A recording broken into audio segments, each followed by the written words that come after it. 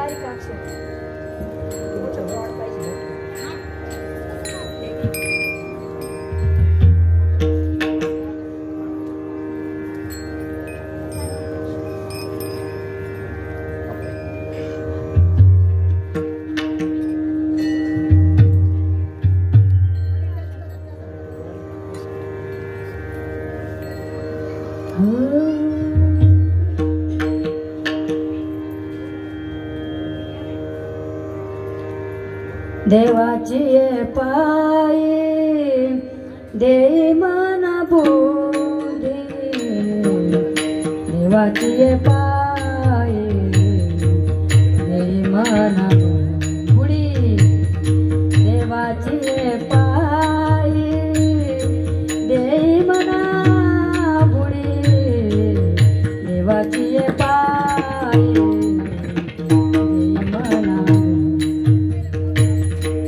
देवाची पायी देई मन बुडे, देवाची पायी देई मन देवाची पायी देई मन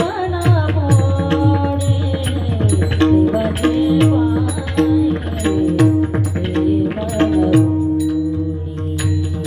देवाची पायी देई मन बुडी, देवाची पायी देई मन देवाची पायी देई मन बुडे, देवाची पायी देई मन बुडी, देवाची देई मन बुडी, देवाची पायी देई मन बुडी,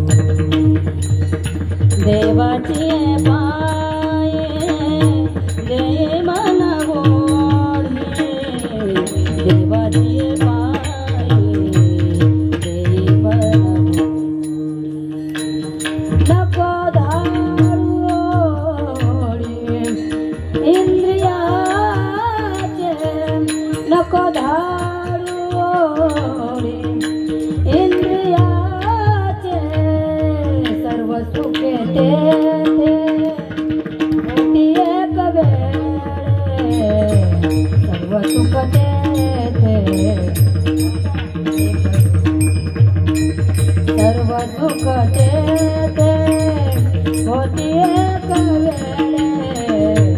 सर्व सुख तेथे होती एक वेळ नको धावू ओढे इंद्रियाचे नको धावू इंद्रियाचे सर्व सुख तेथे होते एक वेळ सर्व सुख तेथे होते एक वेळ सर्व सुख तेथे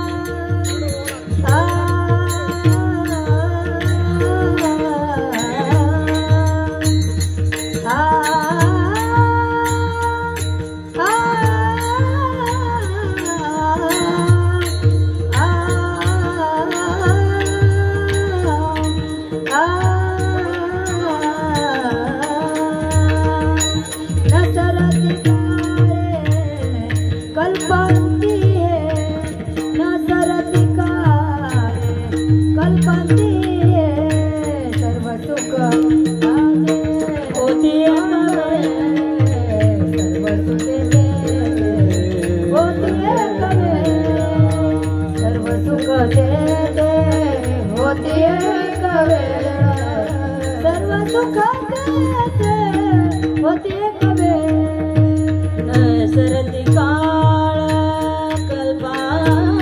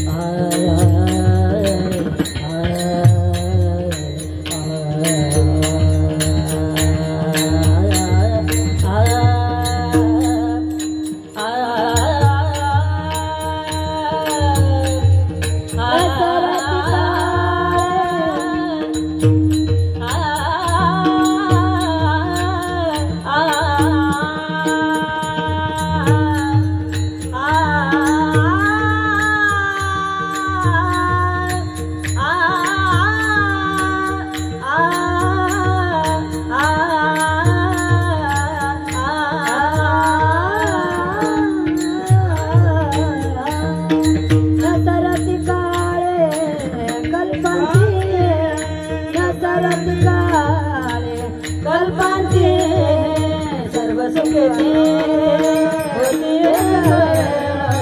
सर्व सुख होती सर्व सुख होती सर्व सुख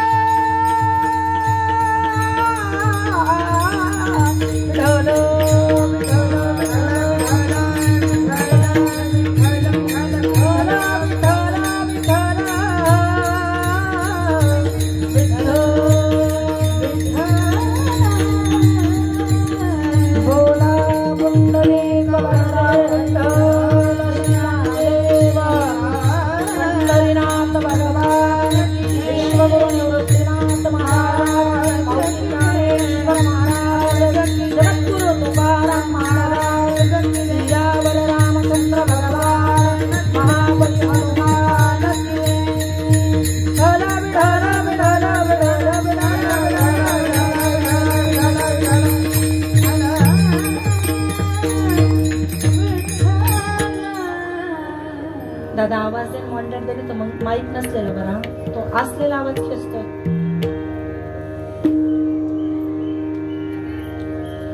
देवाची पायी देई मना बुडी देवाची पायी देई मना बुडी नको धावू ओढी इंद्रियांचे सर्व सुख तेथे होती एक वेळे न सरती काळे कल्पांती हे जाणे येणे खुंटे धावे एरझार न लगे डोंगर उसंतावे सर्व सुख तेथे होती एक वेळे न सरती काळे कल्पांती हे सांगणे ते तुझ इतुलेची आता मानी धन कांता विषतुल्य सर्व सुख तेथे होती एक वेळे न सरती काळे कल्पांती हे तुका म्हणे तुझे होती उपकार उतरी हा पार भव सिंधू सर्व सुखे तेथे होती एक वेळे न सरती काळे कल्पांती हे विठ्ठल विठ्ठल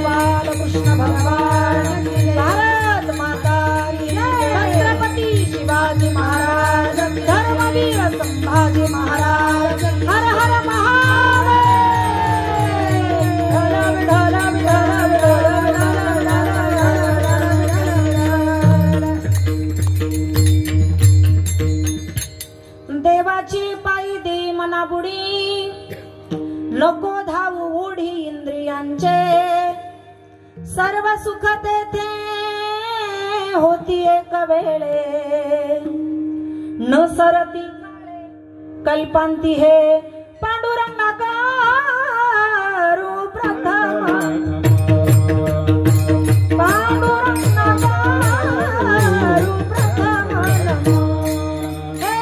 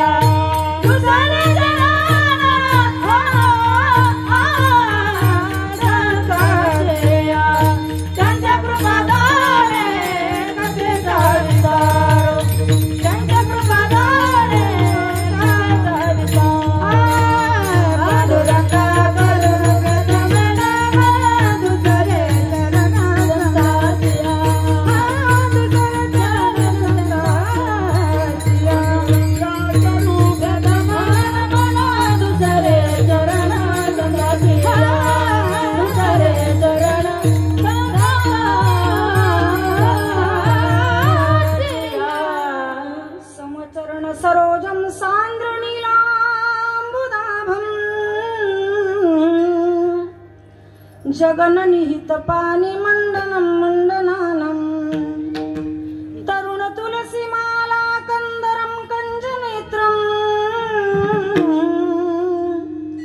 सदैवलहासं विठ्ठलं चिन्तयामि महागभीर नीरपूर पापधूत भूतलं वनः समस्त पापकारिकापदाचलम् जगल्लये महाभये प्रकुंड शूनु हरमले कलीय पाद पंकजं नमामि देवी नर्मदे गतं तदैव मे भयं वदं भुवीक्षितं यदा प्रकुंड शूनु शौनकासुरारि सेवितं सदा पुनर्भवाप्ति जन्मजं भवाप्ति दुःखवर्मले कलीय पाद पंकजं नमामि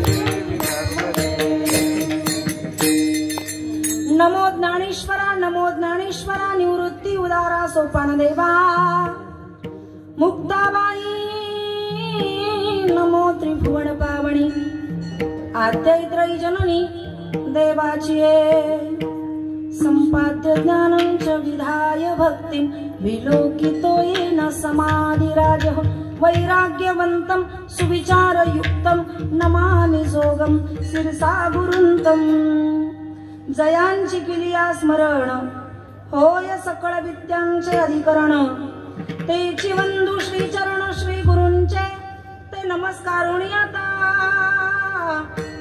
मस्तक हे पायावरी या वारकरी संतांच्या देवाची पायी देई मना बुडी नको धावू ओढी इंद्रियांचे सर्व सुख तेथे होती एक वेळे न सरती काळे कल्पांती हे प्रस्तुत प्रसंगी प्राप्तस्थळी चिंतना करता घेतलेला अभंग हा महाराष्ट्राचे भूषण देहूचे महासाधू विश्वगुरु जगतवंत जगश्रेष्ठ श्रीमंत संत श्रेष्ठ श्री तुकाराम महाराज यांचा भक्ती क्षेत्रामध्ये पदार्पण केल्यानंतर मला साध्यापर्यंत पोहोचण्याकरता ज्या मनाच्या कृपेची नितांत गरज आहे त्या मनाकडून सहकार्याची अपेक्षा करणारा त्या मनाकडे प्रार्थना करणारा तुकोबरायांचा पाच चरणाचा गोड असा अभंग चिंतना करता घेतला. विठ्ठल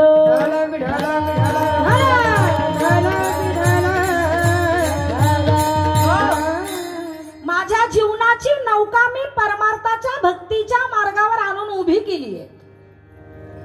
आता हे जीवन भक्ती मार्गामध्ये वाहत वाहत मला साध्यापर्यंत पोहोचायचंय. पण तिथं जाण्याकरता माय बाप हो आपल्यावर चौघांच्या कृपेची नितांत गरज आहे. चौघांची कृपा असेल तर आपण साध्यापर्यंत जाऊ शकतो. एक, आपल्यावर कृपा असावी लागते देवाची. दोन, आपल्यावर कृपा असावी लागते शास्त्राची. तीन, आपल्यावर कृपा असावी लागते संतांची. आणि चार, आपल्यावर कृपा लागते आपल्या मनाची. देवानं कृपा केली, शास्त्रानं कृपा केली, संतानं कृपा केली आणि आपल्या मनाने जर आपल्यावर कृपा नाही ना केली तर आपण परमार्थात एक पाऊल सुद्धा पुढे सरकू शकत नाही. सरकलोच, एक पाऊल सरकलोच तर मागे सरकू, पण पुढे नाही सरकणार जर मनाची कृपा नसेल तर. आपल्याच मनाने ठरवलं ना याला मातीत घालायचं तर देव, शास्त्र, संत उकळून उघडून जरी पाजले तरी उपयोग नाही. मनाची कृपा महत्वाची. जगद्गुरु तुकाराम महाराजांचे धाकटे बंधू कान्होबा महाराज यांनी आपला परमार्थ शेवटाला गेला तो कुणामुळे गेला याचा सरळ सरळ श्रेय देताना बोट कुणाकडे दाखवलंय? मनाकडे दाखवलेलं आहे. अभंगच आहे तसा कान्होबा महाराजांचा. मनुराजा एक देह पुरी, मनुराजा एक देह पुरी, असे नाद तो त्याची दोघी नारी, असे नाद तो त्याची दोघी नारी. पुत्र पौत्र संपन्न भारी, पौत्र संपन्न भारी. त्याने कृपा केली आम्हा वरदा, मनमोनी आलो या देशा, मनमोनी आलो या देशा. त्याने कृपा केली आम्हा वरदा, मनमोनी आलो या देशा, मनमोनी आलो या देशा. मनमोनी आलो या देशा.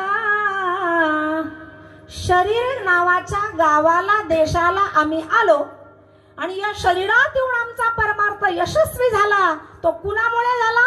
त्याने कृपा केली आम्हावरिगा. त्याने म्हणजे कुणी? आमच्या मनाने. मनाने माझ्यावर कृपा केली आणि माझा परमार्थ सफल झाला, यशस्वी झाला. तसाच माझाही परमार्थ यशस्वी व्हावा, मी साध्यापर्यंत जावं याच्याकरता जगद्गुरु तुकाराम महाराज मनाकडे प्रार्थना करतात, मनाकडे पदर पसरतात, त्याच्या पुढे भीक मागतात आणि साध्य प्राप्त करण्याकरता मनाकडून सहकार्याची अपेक्षा करतात. विठ्ठल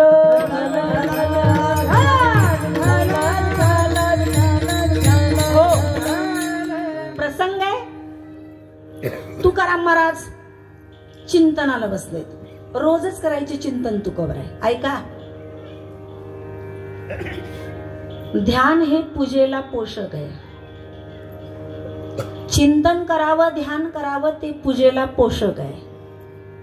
महाराज पाठी उठून इंद्रायणीचं स्नान, देवाला स्नान, रोजचा सगळा नियम आणि सगळं झालं की मग महाराज ध्यानाला बसायची, चिंतनाला बसायची. आणि चिंतन करता करता एक दिवस तुकाराम महाराजांचं लक्ष आत गेलं स्वतःच्या. काय आपल्याला सततच बाहेरचं बघायचं सवय झाली, पण कधी मध्ये वेळ मिळाला तर जरा आतमध्ये डोकून पाहत राहावं आपल्या स्वतःचं काय चाललंय, कधीतरी बघत जावं. महाराजांनी आतमध्ये पाहिलं तर आतमध्ये त्या मनाची घालमेल तुकोबरायांना दिसली, मनाची धावाधाव दिसली. ती दिसल्यावर तुकोबरायांना राहवलं नाही आणि त्यांनी मनाशी बोलण्याचा प्रयत्न केला. मना, अरे मना, काय हो तुकाराम महाराज, काय धावपळ, इकडे इकडे जरा बस इथं. मनाला बोलवलं आणि ते मन बसलं. महाराज तुकोबरायांचं आहे ना म्हणून बसलं. आपलं बसेल का नाही माहित नाही, बसलं. बोला ना तुकाराम महाराज, काय म्हणता रे, काय म्हणता, काय कशासाठी एवढी पळापळ करतो तू, कशासाठी धावतोय तू एवढं? मी एक प्रश्न विचारते तुम्हाला, आपलं मन कशासाठी धावतं बरं? म्हणजे तुमचं धावतं ना कशासाठी? आपलं मन चालत नाही, आपलं मन पळत पण नाही, आपलं मन धावतंय. प्रमाणाशिवाय बोलायचं नाही आपल्याला. आता, कोठे, धावे, सरळ सरळ शब्द आहे. पळे आणि चाले नाही, धावे. सतत आपलं मन धावतं. पण का धावतं? विचार केलाय कधी? आपलं मन धावतंय दोन गोष्टींकरता. एक, मनाला पाहिजे ते सुख. काय हवंय आपल्या मनाला? आपल्या मनाची जी धावाधाव आहे ती कशा करताय? सुखा करताय एक. आणि दुसरी गोष्ट, आपल्याला सुख पाहिजे, पाहिजे नक्की, सुखा करताय धावाधाव. पण मला सुख पाहिजे, पण ते सुख उशिरा मिळालं तरी चालेल, पण असणारं माझ्या जीवनातलं दुःख मुळासकट नष्ट झालं पाहिजे याच्याकरता मन धावतंय. या दोनच गोष्टी करता, एक सुखा करता आणि एक असणारं दुःख नष्ट करण्याकरता. अरे का धावतोय तू? कशा करता एवढा धावतोय? म्हणे कशा करता धावतोय नुसतंच विचारतात. आणि कधी काय देण्याचा प्रयत्न केला का? मग सांग ना तुला काय पाहिजे, का धावतो तू? सांगू महाराज? द्याल मग तुम्ही? हो करेल मी प्रयत्न. सांग तुला काय पाहिजे, का धावतो? म्हणजे महाराज मी जे धावतो ना ते फक्त आणि फक्त धावतोय ते सुखासाठी. मला काय पाहिजे? सुख पाहिजे. सुखच पाहिजे ना. म्हणजे सुख का बंगला पाहिजे? नाही नाही.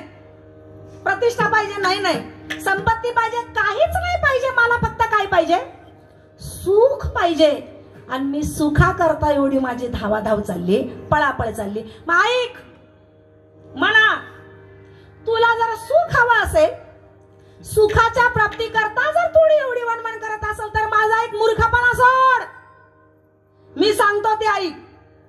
म्हणजे काय ऐकायचं? तुला जर सुखाची प्राप्ती करायची असेल तर माझा तुला असा सल्ला आहे अभंगाच्या पहिल्या चरणात. देवाची पायी देई म्हणा मोरे, देवाची पायी देई म्हणा मोरे, देवाची पायी देई म्हणा मोरे, देवाची पायी देई म्हणा मोरे, देवाची पायी देई म्हणा मोरे, देवाची पाय देई म्हणा मोरे, देवाची पाय देई म्हणा मोरे, देवाची पाय देई म्हणा मोरे. नको धावू पावडी इंद्रियाचे, नको धावू इंद्रियाचे, सर्व सुख तेथे होते कवे, सर्व सुख तेथे होते कवे. इंद्रियाचे नको धावू इंद्रियाचे, सर्व सुख तेथे होते कवे, सर्व सुख तेथे होते कवे.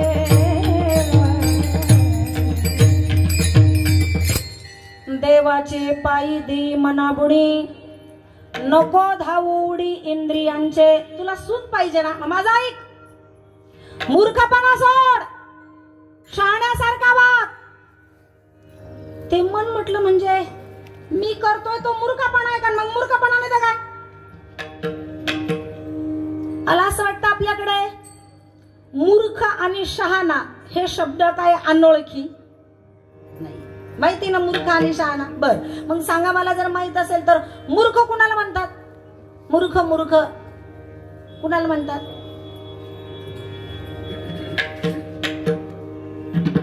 जो शहाणा नाही त्याला. आणि मग शहाणा कुणाला म्हणतात? जो मूर्ख नाही. तर ऐका, शास्त्रानं मूर्ख आणि शहाणा शब्दाची व्याख्या केली आहे. जो परिणामाचा विचार करतो तो शहाणा, आणि जो परिणामाचा विचार करत नाही तो. आणि महाराज मनाला काय म्हणतात? मूर्खपणा सोड. मूर्खपणा केला. अरे तू सुखासाठी धावतोय पण कुणाबरोबर धावतोय? इंद्रियांबरोबर धावतोय. तर माझं तुला म्हणणं आहे, नको धावू उडी इंद्रियांचे. सुखाकरता जर तू धावत असशील तर मग इंद्रियाची संगत सोड. नको जाऊ त्यांच्या बरोबर, नको जाऊ त्यांच्याबरोबर सुखा करता. आणि हाच मूर्खपणा करतोय तू, म्हणून मी तुला मूर्ख म्हटलं. म्हणजे अरे तू इंद्रियांबरोबर धावतोय सुखा करता, परिणामाचा विचार केलाय काय होईल? परिणामाचा विचार करून जर जात असतील तर मग ठीक आहे, पण इंद्रियांबरोबर जाणं म्हणजे तुझ्या पदरात काय पडणार आहे याचा सर्व विचार करून तू इंद्रियांबरोबर धावण्याचा प्रयत्न कर. विठ्ठल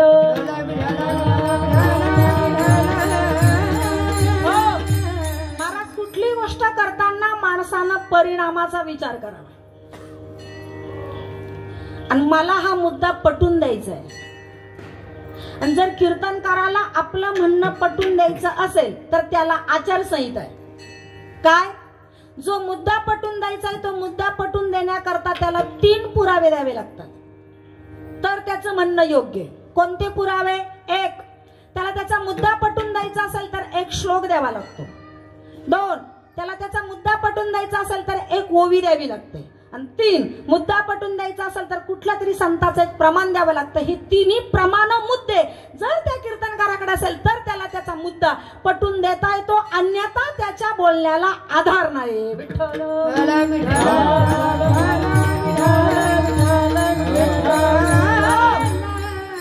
तुकोबारांचं म्हणणं आहे मनाला, तू इंद्रियांबरोबर या हातात हात घालून हिंडतोय सुखा करता, परिणामाचा विचार केलाय का काय होईल? हा मुद्दा पटून देण्याकरता मला पण आचारसंहिता हे 3 पुरावे द्यावे लागतील. पहिला पुरावा श्लोक. श्रीमद भगवद्गीता बोलते, विषयेंद्रिय संयोगात यत्तदग्रे मृतोपमं परिणामे विषमेव तत्सुखम राजसम सुखम. श्रीमद भगवद्गीता अध्याय 5. भगवान बोलतात विषयेंद्रिय संयोगात. मी थोडी श्लोकाची संधिपोड करते. विषय इंद्रिय संयोगात, इंद्रिय विषयाच्या सानिध्यात, यत्तदग्रे मृतोपमं, मन इंद्रियाच्या सानिध्यात विषयाचा भोग घेत असताना त्या मनाला ते विषय सुरुवातीला अमृतासारखे गोड वाटतात, पण परिणामे विषमेव. परिणामाचा विचार केलाय का म्हणा? काय होईल? श्लोक दिलाय. त्याला पुरावा ज्ञानोबरांची ओवी. विषयाचे अर्था सारखा विषय पोखिता समाधान किरचित्ता आपजेल. सोप्या भाषेत सांगू का माऊलींचं काय म्हणणं आहे? ऐका. आपल्या शरीरात आहेत 10 इंद्रिय, 5 ज्ञानेंद्रिय, 5 कर्मेंद्रिय, 11व मन, 12वी बुद्धी, 13वा अहंकार. तर हे जे 10 इंद्रिय आहेत ना, ह्या इंद्रियांना विषय भोगण्याची सवय लागलेली. इंद्रियांचा विषय आहे संसारातले विषय भोग, आणि मनाचा विषय आहे भगवंताचं चिंतन. इंद्रियाचं खाद्य आहे विषय आणि मनाचं खाद्य आहे भगवत चिंतन. ज्याचं त्याचं खाद्य ज्याला त्याला द्या, काहीच बिघडत नाही परमार्थात. इंद्रियानं विषयाचं सेवन करावं पण सावधान. इंद्रियांनी विषय भोगत असताना मनाने तिकडे डोकं नाही घालायचं, नाहीतर परमार्थात धोका आहे. कारण विषय भोगणं मनाचं काम नाहीये, त्याचा विषय नाही तो, त्याचं खाद्य नाही ते. मनाचं खाद्य भगवत चिंतन. म्हणून तू देवाचं चिंतन कर, इंद्रियांना काय करायचं ते करू दे. जर असं केलं तर तुझा परमार्थ पण चांगला आणि तुझा प्रपंच पण चांगला. विठ्ठल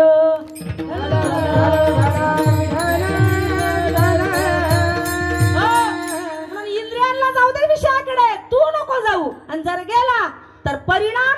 तिसरा पुरावा संतांचं प्रमाण. पुढे अवघड यमवान, पुढे अवघड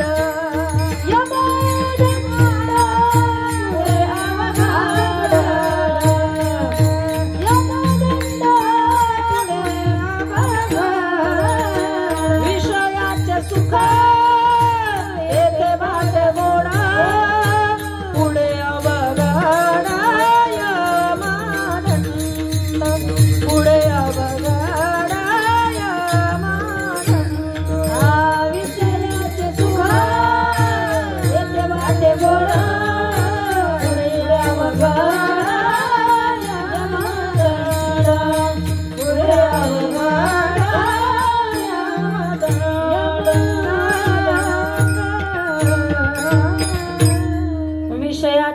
सुख येथे वाटे गोड. इथं उपभोगायला गोड वाटतं पण परिणाम पुढे अवघड. यमदंड.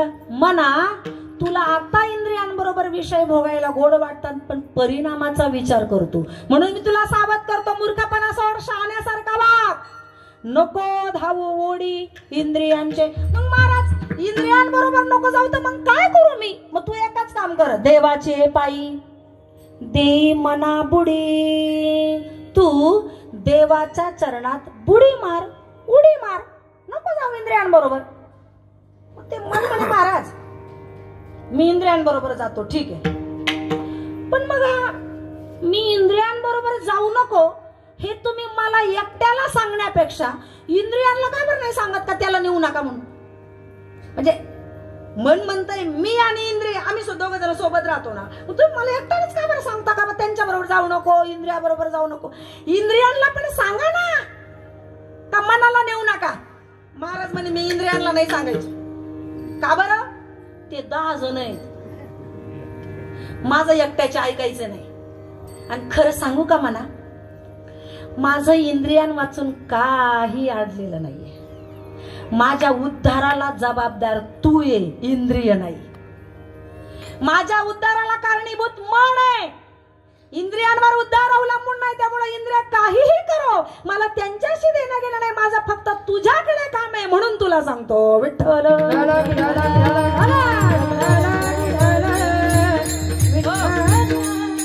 महाराज आमचे तुकाराम महाराज काय असे साधे सुधे नाहीये, फार चतुर आहे, फार चतुर आहे.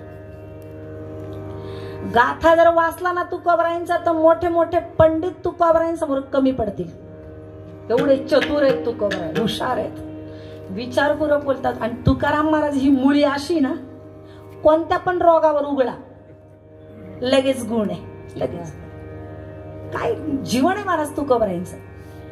तुकाराम महाराजांनी इतकी चतुर आहेत, इतके हुशार आहेत. त्यांनी विचार केला, मन आणि इंद्रिय हे जर एकत्रित आले ना, यांची ताकद जास्त होती. आणि हे एकत्रित आले, यांची ताकद वाढली का हे आपले ऐकणार नाही. मग आपल्याला जर आपलं काम करून घ्यायचं असेल, उद्धार करून घ्यायचा असेल, यांना एकत्रित नाही येऊ द्यायचं. मनाला इंद्रियापासून फोडलं, बाजूला केलं, यांची ताकद कमी केली का आपल्या उद्धाराला अडथळा. परत तुकाराम महाराज इतके हुशार आहेत ना, मनाला इंद्रियांपासून बाजूला फोडायला त्यांनी महाभारतात भगवान श्रीकृष्णाचाच आदर्श डोळ्यापुढे ठेवला. काय प्रसंग आहेत महाभारतातले बघा ना. कौरव पांडवांचं युद्ध ठरलेलं आहे. दुर्योधनाच्या बाजूला लढायला कोण कोण होतं? बोला पटापट, जरा मदत करू लागत जा मला. बर, अजून बर. चला भगवद्गीतेलाच विचारू कोण कोण होतं. भगवद्गीतेची प्रार्थना बोलते. भीष्म द्रोण तटा जयद्रथ जला गांधार नीलोत्पला शल्यग्राहवती कृपेन वहणी कर्णेन वेलाकुला अश्वत्थाम विकर्ण घोर मकरा दुर्योधनावर्तिनी सोत्तीर्णा खलु पांडवैरन नदी कैवर्तक केशव. खलूच आहे ना, खलूच शब्द आहे ना. कधी कधी गीतेमध्ये खल शब्द आलेला आहे, पण आम्ही संहिता शिकत असताना आम्हाला खलूच शिकवलेलं आहे. खलू कोण कोण होतं? द्रोणाचार्य, कृपाचार्य, भीष्माचार्य, कर्ण, विकर्ण, अश्वत्थामा. हे भले भले रथी, महारथी, अतिरथी योद्धे, 2 चिरंजीव आणि 1 इच्छा मरणी. वाटलं तर मरायचं, नाही तर नाही मरायचं. एवढ्या सगळे त्याच्याकडून. आणि पांडवांकडून कोण? तर तो दुर्योधन म्हणला बर का. दुर्योधनाचा एक विशेष होता. दुर्योधनाचा त्याच्या भावांवर विश्वास नव्हता. दुर्योधनाचा भीष्माचार्यांवर विश्वास नव्हता. दुर्योधनाचा द्रोणाचार्य कृपाचार्यांवर विश्वास नव्हता, दुर्योधनाचा अश्वत्थाम्यावर विश्वास नव्हता, दुर्योधनाचा शकुनी मामावर विश्वास नव्हता, दुर्योधनाचा विश्वास होता तो फक्त आणि फक्त कर्णावर होता. विश्वविजेता कर्ण माझ्या बाजूने आहे. काय ताकद आहे कुणाची मला हरवायची? आणि पांडवांच्या बाजूने कोण आहे म्हणे? त्या गवळ्याचं पोरग. त्याच्यातही म्हणे त्यांना प्रतिज्ञा केलेली का हातात शस्त्र धरणार नाही. मग हे पांडव कोणाच्या बळावर उभे राहिलेत लढायला? हा दुर्योधनाचा प्रश्न होता. आणि कर्ण माझ्या बाजूने, त्याच्यामुळे पांडव माझं काहीच करू शकत नाही हे दुर्योधनाला वाटत होतं. दुर्योधनालाच नाही, हे भगवंताला सुद्धा वाटत होतं. खरे कर्ण आहे दुर्योधनाकडून, कारण कर्णाचा पराक्रम भगवान जाणून होते. युद्धातला एक प्रसंग असा आलेला आहे, कर्ण आणि अर्जुन दोघं समोरासमोर आलेले आहेत. युद्ध सुरू झालेलं आहे आणि सुरू असताना अर्जुनानं कर्णाला बाण मारला तर अर्जुनाच्या बाणानं कर्णाचा रथ 25-30 फूट माग सरकायचा आणि कर्णानं अर्जुनाला बाण मारला का अर्जुनाचा रथ फक्त 5-6 फूट माग सरकायचा. अर्जुनाने बाण मारला आणि कर्णाचा रथ 25-30 फूट मागे, आणि कर्णाने बाण मारला का अर्जुनाचा रथ 5-6 फूट माग. कर्णाने बाण मारला आणि अर्जुनाचा रथ 5-6 फूट माग सरकला का भगवान लगेच म्हणायचे वा कर्णा वा. आणि याने बाण मारला आणि कर्णाचा रथ 25-30 फूट माग सरकला का मग वा अर्जुना नाही, नुसतंच वा कर्णा. असं एकदा झालं, दोनदा झालं, मग अर्जुन म्हणला का रे काळ्या, रथात माझ्या बसलाय आणि कौतुक कुणाचं? त्याच. मग भगवान म्हणे त्याचं कौतुक करू नको, तो काय करू? माझा नाही दिसत का तुला? त्यानं बाण मारल्यावर माझा रथ फक्त 5-6 फूट मागे येतो तर वा कर्णा, आणि मी बाण मारल्यावर 25-30 फूट त्याचा रथ मागे राहतो, तेव्हा तुला दिसत नाही वा अर्जुना म्हणायला? असं का? भगवान म्हणले ऐकायचंय तुला? हो ऐकायचंय मला. बाईक मला पहिलं हे सांग, कर्णाच्या रथात कोण कोण आहे? कोण होत कर्णाच्या रथात? कर्ण आणि सारथी. त्याच्या सारथ्याचं काय नाव? शल्य. वा. शल्य कोण होता? पांडवांचा भाऊ होता, माद्रीचा, पांडवांचा मामा होता, माद्रीचा भाऊ होता, अर्थात नकुल सहदेवचा मामा होता शल्य. तिकडून का गेला? मोठी कथा आहे, यानं कसं नेलं तिकडं? तो शल्यच होता. शल्यच होता. शल्य म्हणजे असा टोचून बोलायचा ना कर्णाला का त्याचं मनोबल खचवायचा शल्य. तो म्हणला मी लढणार नाही, याचा सारथी होता. मोठी कथा आहे, सुंदर आहे. विठ्ठल विठ्ठल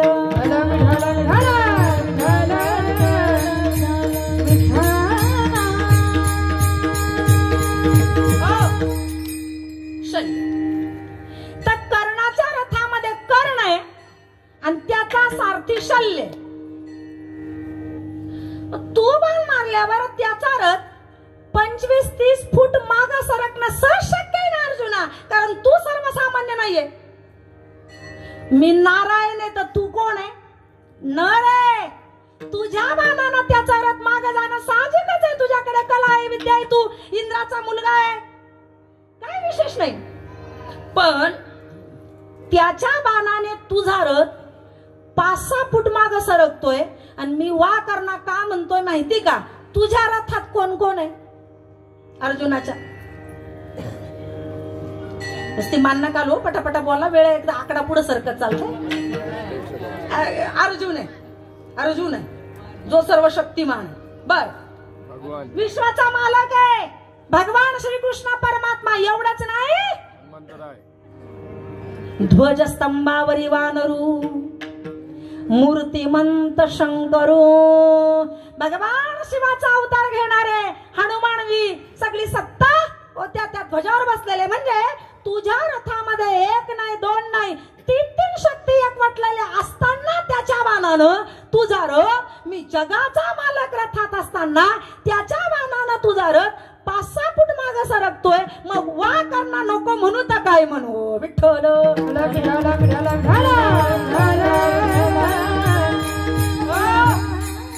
एवढा शक्ती संपन्न कर्ण जर दुर्योधनाच्या बाजूने, काय होईल माझ्या पांडवांचं. महाराज भगवंताचं केवढं प्रेम आहे भक्तांवर, केवढं प्रेम. त्याला त्याचे भक्त प्राणापेक्षाही प्रिय आहेत. तेही प्राणा परवते, आवडते मज निरुते, जे भक्त चरित्र ते प्रशंसती. माझ्या भक्ताचं चरित्र सांगणारे मला प्राणापेक्षा प्रिय. जरा शब्दांकडे लक्ष द्या माऊलींच्या. माझ्या भक्ताचं चरित्र सांगणारे मला प्राणापेक्षा प्रिय. भक्ताचं चरित्र सांगणारे जर प्राणापेक्षा प्रिय तर भक्त किती प्रिय असतील विठ्ठल.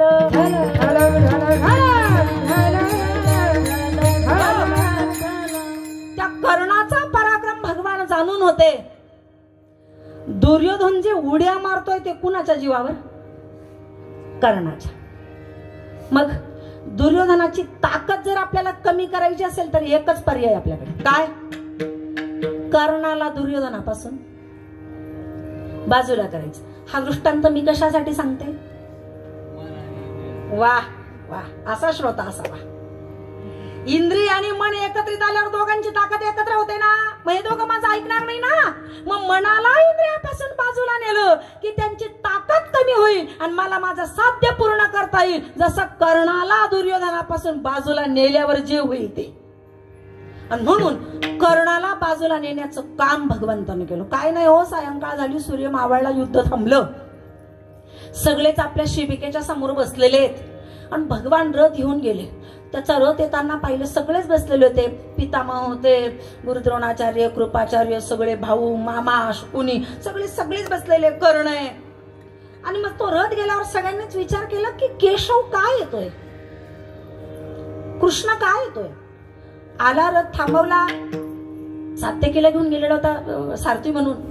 भगवान रथाच्या खाली उतरला आणि त्यांच्या त्या मीटिंग मध्ये गेला. काहीच बोलला नाही. सगळ्यांना त्यांना नमस्कार केला, जे हरी काय करायचं ते केलं आणि कर्णाचा हात धरला. आणि एवढ्या सगळ्यांमध्ये बसलेला असताना कर्ण हाताला धरला, उठवला, रथात बसवला आणि लांब घेऊन गेला भगवंताला. काय म्हणला भगवंताला, वेडायस तू, कुणाच्या बाजूला लढतोय, कुणाच्या विरोधात लढतोय. तो म्हणले तू पाहत नाहीये, कळतंय मला, दुर्योधनाच्या बाजूला लढतोय आणि पांडवांच्या विरोधात. हो, पांडव संपवायचेच आहे मला. मूर्ख आहेस का तू. अरे ते पांडव कोण आहे हे नंतरचा प्रश्न आहे, पण पांडव तुझे कोण आहे हे तर तुला माहित नाहीच नाही. पण तू स्वतः सुद्धा कोण आहे हे तर तुला माहितीये का. कर्णा, तू राधेय नाहीये, तू सुतपुत्र नाहीये, तू कौंतेय, कुंतीचा ज्येष्ठ मुलगा आहे, युधिष्ठिरापेक्षा मोठा आहे. मग काय करू, मोठा आहे तर काय करू, कुंतीचा मुलगा आहे तर. अरे मग तू पांडवांचा भाऊ आहे असं आहे. अरे पण तू भावांच्या विरोधात लढतोय, भावांना मारतोय. तू हे आज मला सांगतोय, आज एवढ्या दिवसापासून नाही सांगितलं ना, आज सांगतोय. काहीही झालं ते माझे भाऊ जरी असले तरी केशवा, मी दुर्योधनाला सोडणार नाही असा बोलला भगवान कर्णाला. खूप मोठा संवाद आहे दोघांमधला. मला फक्त एकाच वाक्यात सांगायचंय. भगवान इतका बोलला कर्णाला, भगवंताना इतकं शिकवलं कर्णाला. घडलं असं, वाक्य लक्षपूर्वक ऐका, घडलं असं, कर्ण शरीराने पांडवांकडून आला नाही, कर्ण शरीराने पांडवांकडून आला नाही, पण मनाने दुर्योधनाकडून ठेवला नाही. विठ्ठल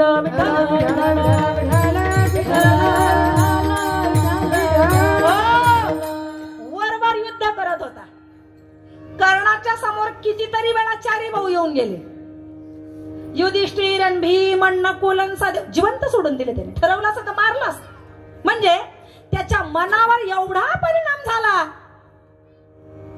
तर पांडवांना मारायचं त्याच्या विचारातून डोक्यातून निघून गेलं. कशा करता सांगितलं मी?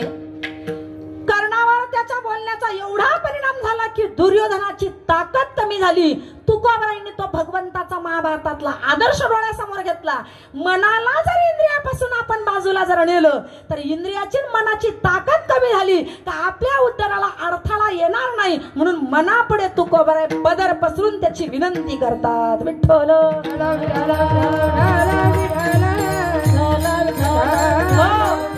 म्हणून म्हणा देवाचे पायी देई मना बुडी नको धावू उडी इंद्रियांच्या मागे मागे जाऊ नको. इंद्रिय म्हणतील तिकडे जाऊ नको. तुझं काम नाहीये विषय भोगणं. भगवत नाम चिंतन करणं हे तुझं काम आहे. ते उद्धाराला पोषक आहे. म्हणून तू इंद्रियांच्या बरोबर जाऊ नको. तर तू काय कर मग? देवाच्या पायी बुडी मार. ठीक आहे, बुडी मार म्हणजेच उडी मार.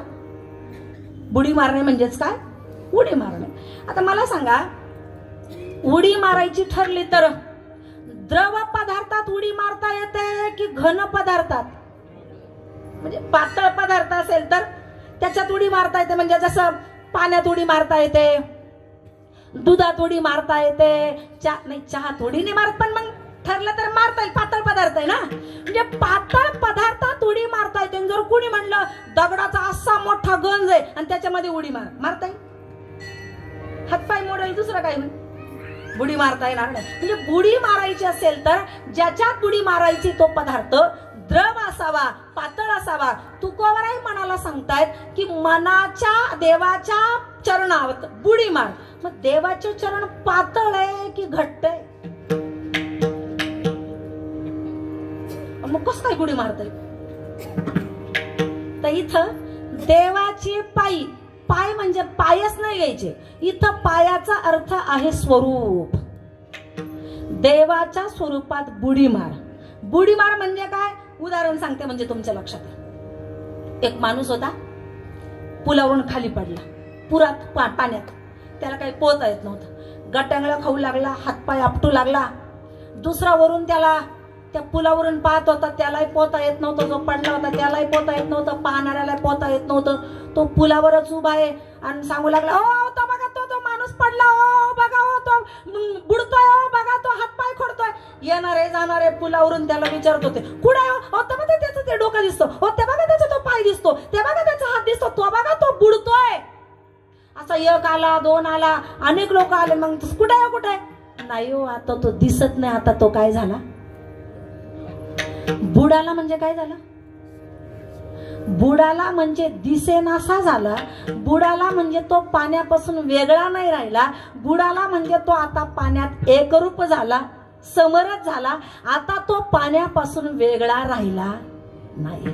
बुडणे म्हणजे एकरूप होणे, बुडणे म्हणजे समरस होणे, बुडणे म्हणजे त्याच्यापासून अलिप्त न राहणे, एकजीव होणे, याला म्हणतात बुडणे. म्हणा तू इंद्रियांच्या मागे न धावता देवाच्या स्वरूप आता असा बुड, असा एकरूप हो, असा समरस हो की देवापासून तू आता वेगळा राहू नको. विठ्ठल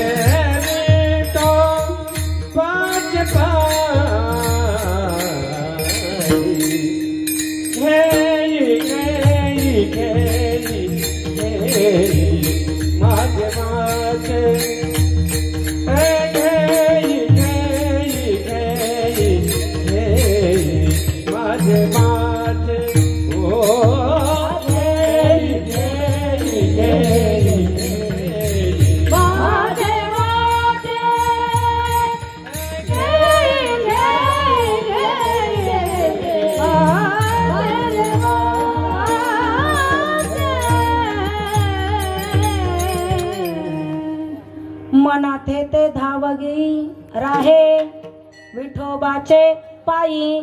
पाय म्हणजे स्वरूप. इथं पाय शब्दाचा अर्थ काय घ्यायचा? स्वरूप. तू देवाच्या स्वरूपात बुड. बुड म्हणजे एक रूप हो. देवापासून आता वेगळा राहू नको. आणि जर मनाने विचारलं, मी तुमचं ऐकलं, इंद्रियांच्या बरोबर नाही गेलो, इंद्रियांच्या हातात हात घालून नाही फिरलो, नाही विषयांकडे गेलो, जर देवाच्या स्वरूपाशी एकरूप झालो, बुडलो, माझा फायदा काय हो तू खबर आहे? सर्व सुखे ते होती वेळे, सर्व सुखे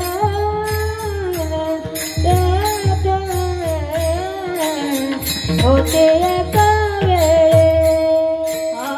सर्व सुखे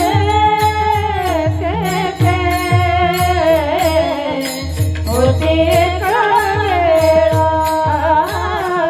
सर्व सुखे होते नसरती काळे कल्पांते, नसरती काळे कल्पांते, नसरती काळे कल्पांते, नसरती काळे कल्पांते, सर्व सुखे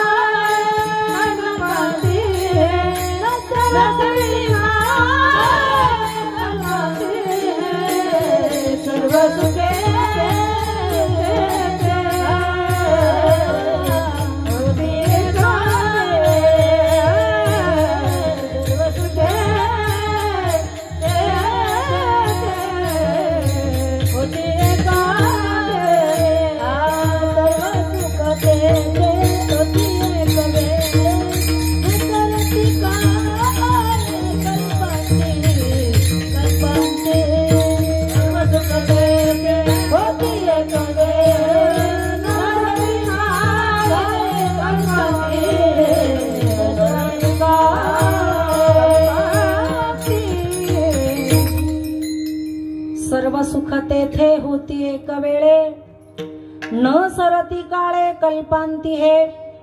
जर तू माझं ऐकलंस म्हणा, इंद्रियांच्या बरोबरीनं जर न धावला, देवाच्या स्वरूपाशी एकरूप झाला, तर तू इंद्रियांच्या हातात हात घालून ज्या सुखासाठी धावतोय ना, त्या सुखासाठी तुला बाहेर धावण्याची गरज नाही ना. ते सुख तुला कुठं मिळेल? आत आत मिळेल. सुख नाही सुखे. मन म्हणलं म्हणजे महाराज सुखामध्ये पण प्रकार आहे का? नाही, सुखामध्ये प्रकार नाहीये. पण श्रीमद भगवद्गीता सांगते एक सात्विक सुख आहे, राजस सुख आहे, तामस सुख आहे, नवे नवे पंच विषयांपासून मिळणारं सुद्धा सुख आहे. जसं शब्द, स्पर्श, रूप, रस, गंध. शब्दाच्या माध्यमातून मिळणारं सुख म्हणजे आनंद, स्पर्शाच्या माध्यमातून मिळणारा आनंद, रसाच्या माध्यमातून मिळणारा आनंद, रूपाच्या माध्यमातून मिळणारा आनंद, गंधाच्या माध्यमातून मिळणारा आनंद. म्हणजे ज्या ज्या माध्यमातून जो आनंद मिळतो ते सगळे आनंद उपभोगण्याकरता तुला इंद्रियांबरोबर वेगवेगळ्या ठिकाणी जावं लागतं ना. इथं तसं नाहीये. जर तू भगवंताच्या स्वरूपामध्ये समर्थ जर झाला तर हे सगळे सुख उपभोगण्याकरता तुला वेगवेगळ्या ठिकाणी जाण्याची गरज नाही. हे तुला एकाच ठिकाणी भगवंताच्या चरणाजवळ. सुखरूप ऐसा तुझा कोण सांगा, माझ्या पांडुरंगा सारखा तो, माझ्या पांडुरंगा सारखा तो, माझ्या पांडुरंगा सारखा तो.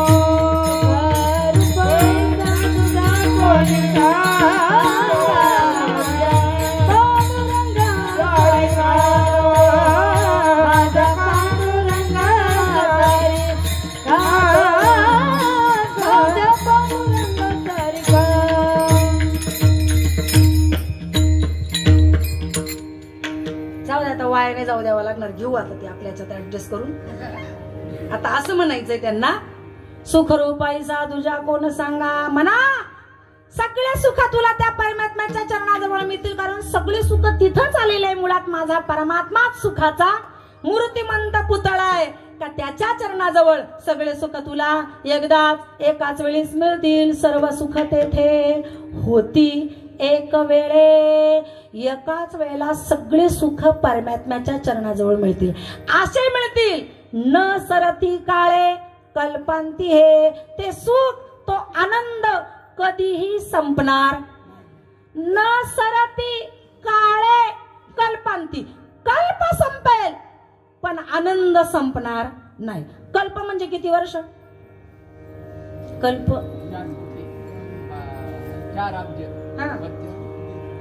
थोडासा हिशोब करायचा का मागे जाऊन? सत्ययुग अधिक त्रेतायुग अधिक द्वापारयुग अधिक कलियुग बरोबर महायुग. म्हणजे सत्यलोकाची आयुष्य मर्यादा, त्रेतायुगाची आयुष्य मर्यादा, द्वापारयुगाची आयुष्य मर्यादा आणि कलियुगाची आयुष्य मर्यादा, चौघांची बेरीज जर केली तर होती 43,20,000 म्हणजे एक महायुग. 43,20,000 म्हणजे एक महायुग. असे 71 महायुग गेल्यानंतर होतो एक मनवंतर. म्हणजे 43,20,000 ला 71 निघून यायचं. जेवढी संख्या येते त्याला म्हणतात एक मनवंतर. आणि एक मनवंतर ब्रह्मदेवाचं आयुष्य, मग ते इंद्रदेवाचं आयुष्य, केवढा मोठा हिशोब येतो. असे 1000 मनवंतर गेल्यानंतर होतो एक कल्प.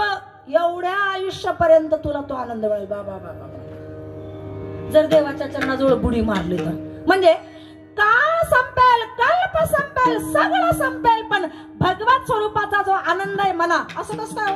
सगळं संपलं मनच कस काय राहील? मन कधीच मरत नाही, आत्मा कधीच मरत नाही. नैनम छिंदंती शस्त्राणी नैनम दहती पावक. याला शस्त्रानं अस्त्रानं पाण्यानं कशानंच तो मरत नाही. एक सांगू का तुम्हाला, आतापर्यंत आपले करोडो जन्म झाले. करोडो.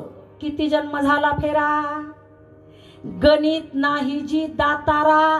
करोडो जन्म झालेत आतापर्यंत आपले. त्या करोडो जन्मामध्ये बदललाय ते फक्त वरचं शरीर, पण करोडो जन्मामध्ये आतमधला असणारा आत्मा तोच आहे जो आत्ता आहे. मग हा आत्मा काय करतो? याच्यातून निघताना पुढच्या देहात जाताना रिकामा नाही जात. मग कुणासारखा जातो? भगवद्गीता बोलते शरीरम यद्वप्नोति यच्चा पुत्क्रामतीश्वरः गृहीत वैतानि संयाति वायुर्गंधा निवाशयात. वारा यावा, वारा यावा. आणि जाता जाता जसा फुलांच्या बगीच्यातून जाताना फुलाचा सुगंध जसा वारा पुढे घेऊन जातो ना, तसा हा जीवात्मा पुढच्या देहात जाताना या जन्मात केलेलं कर्म, त्या कर्माचं गाठोडं घेऊन पुढे जात असतो. एक प्रश्न विचारू तुम्हाला, म्हणजे महिलांना पण विचारते पुरुषांना. आधी कोणाला विचारू? महिलांचा सप्ताह आहे त्यांना विचारू का आधी? तुम्हाला राग नाही यायचा? तुम्ही मिसरी लावता ना, आता इथं तरी खरं बोला बाई. हे जर लावत असाल तर त्याचं ट्रेनिंग कुठे घेतलंय तुम्ही? तुम्ही तंबाखू खात असाल, सिगरेट बिडी गुटखा काय, हे याचे क्लासेस कुठे लावले? शिकायला गेलो का आपण कुठे? हे शिकायला गेलो मग कसं काय येतं आपल्याला? हे जे संस्कार आहेत ना माऊल्यांनो, हे आत्ताचे नाही आहेत, मागच्या सोबत आणलेले. मी पुराव्याशिवाय बोलणार नाही. नाथबाबा एकनाथी भागवतात बोलतात, अनादि संसार मालेच्या ठाई नित्य, शब्दांकडे लक्ष द्या हं, नित्य विषय भूसेविले पायी ते ठसावले चित्ताचे ठाई वारंवार देही सेविता. अनेक जन्म हेच विषय आपण चगळत बसलोय. त्यामुळे त्या विषयांनी चित्तावर एवढा अटॅक केलेला आहे, एवढा आक्रमण केलेलं आहे का ते विषय चित्तामध्ये ठसल्यामुळे पुन्हा पुन्हा ते सगळे विषय, ते सगळे संस्कार पुढच्या जन्मात बरोबर येतात. मग ते संस्कार वाईट असू द्या नाही तर चांगले असू द्या, एकदा चित्तावर चढले का ते संस्कार घेऊन मनुष्य पुढच्या देहामध्ये जात असतो.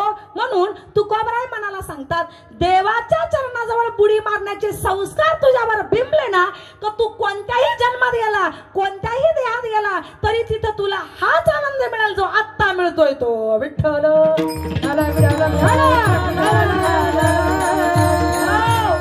न सरती काळे कल्पांती हे.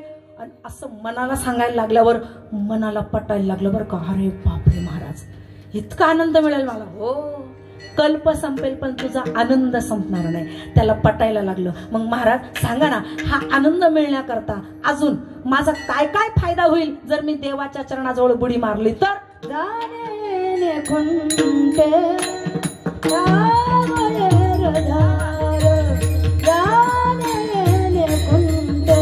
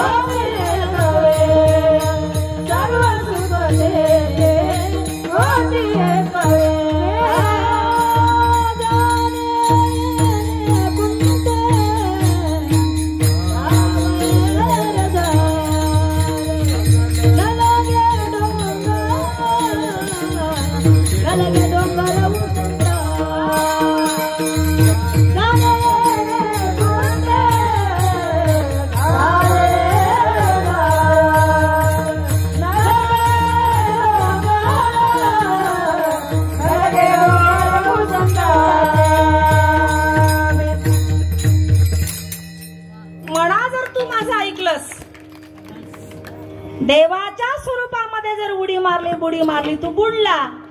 इंद्रियांबरोबर जर धावला नाही, सुखा करता जे धावतोय ते सगळं सुख तुला आत परमात्म्याच्या चरणाजवळ मिळेल. अजून फायदा काय तुझा माहिती का?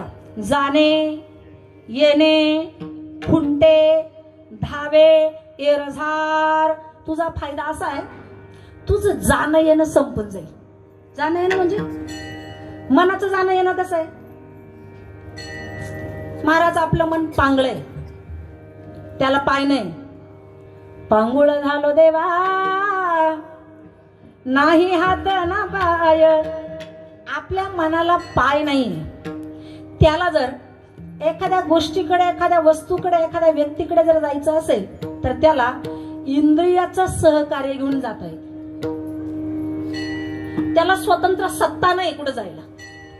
मनाला आदिष्ट मन कुठं राहतं? हे स्थूल शरीर आहे.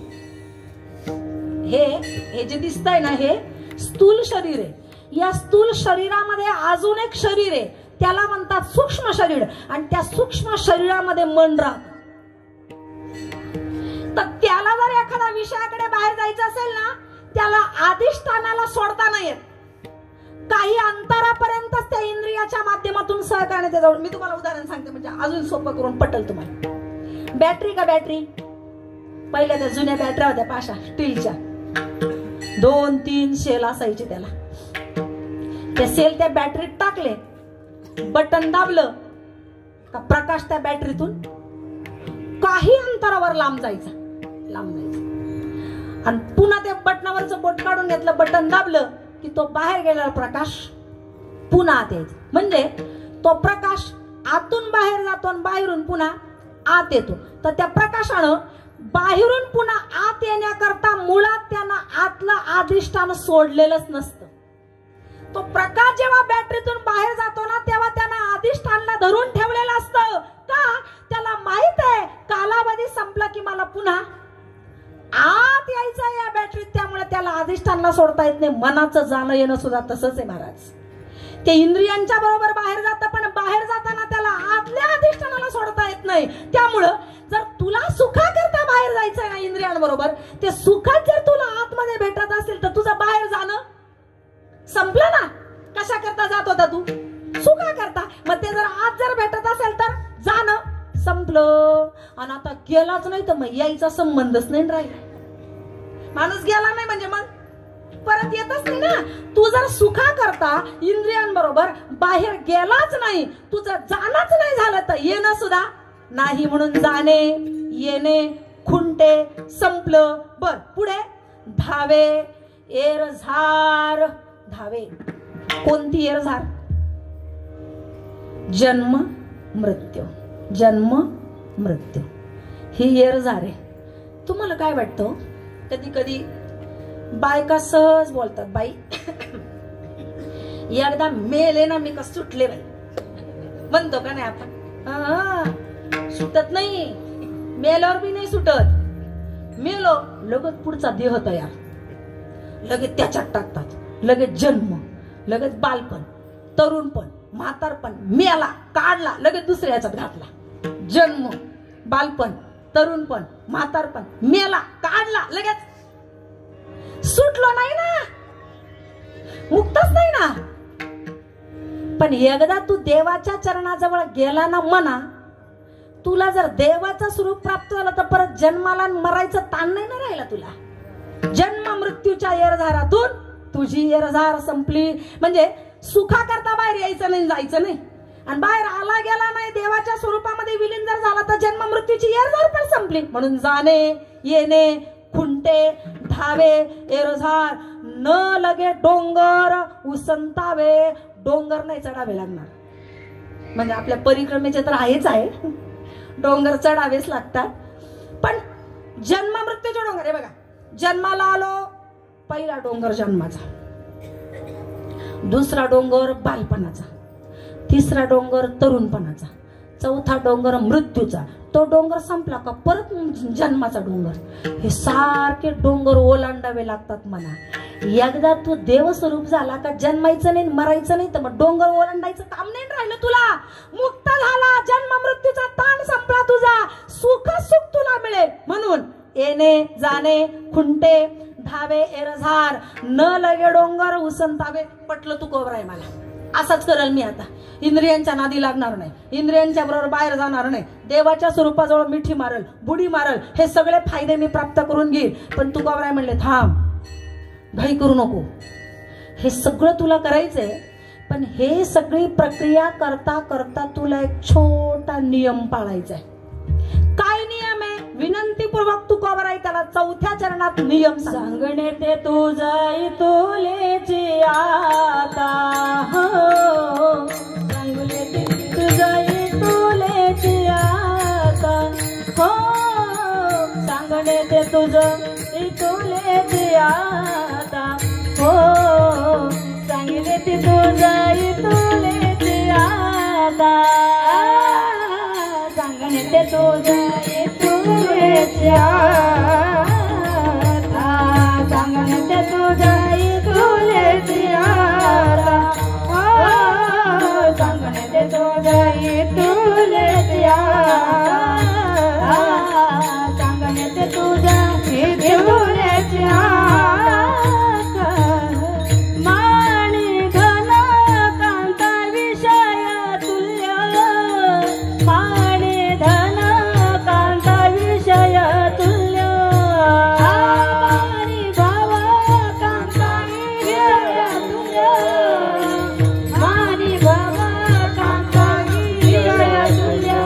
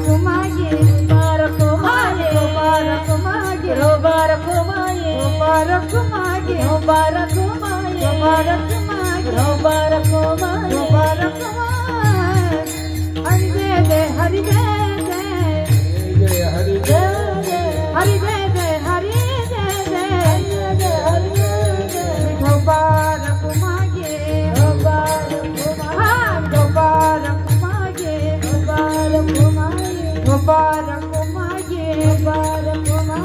बारक मागे बारक माये बारक मागे बारक माये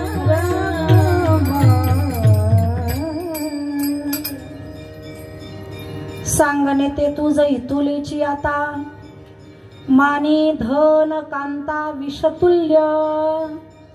देवाच्या पायाजवळ बुडी मारल्यानंतर जे सुख तुला प्राप्त होणार आहे ते सुख प्राप्त होत असताना म्हणा तुला एक छोटीशी विनंती आहे. सांगणे ते तुझ हितुलेची आता.